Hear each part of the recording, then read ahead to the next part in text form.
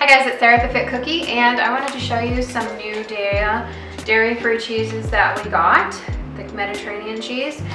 So we've got the feta and the grilling cheese, which is like halloumi. So first off, the feta cheese. This one, I don't think it tastes quite as good as the BioLife feta cheese. The BioLife feta cheese has more of an authentic feta cheese flavor and it's a little creamier.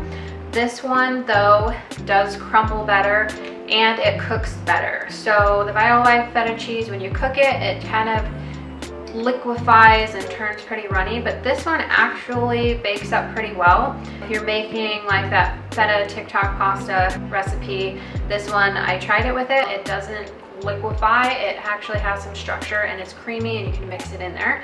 It is pretty salty, I think. It's got 300 milligrams of sodium per 1 ounce of cheese.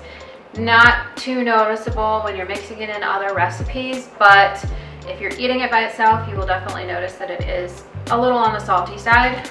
And the grilling cheese, so this one is supposed to be like the halloumi cheese that you can cook, and we tried that and it works out pretty well. So you just slice it, put it in a pan, crisp it up on both sides so it does get crispy, and then it's soft and creamy inside. And I like the taste of this one better than the feta block, and this one has oregano and thyme and garlic in it. So it's a really good Mediterranean flavor.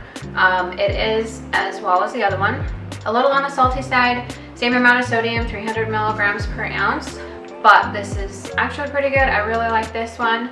The feta cheese isn't too bad.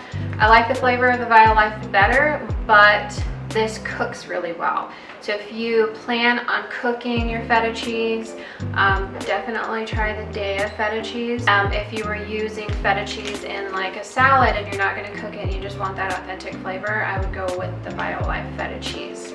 So let me know in the comments if you've tried these yet, and I'll talk to you guys later. Bye.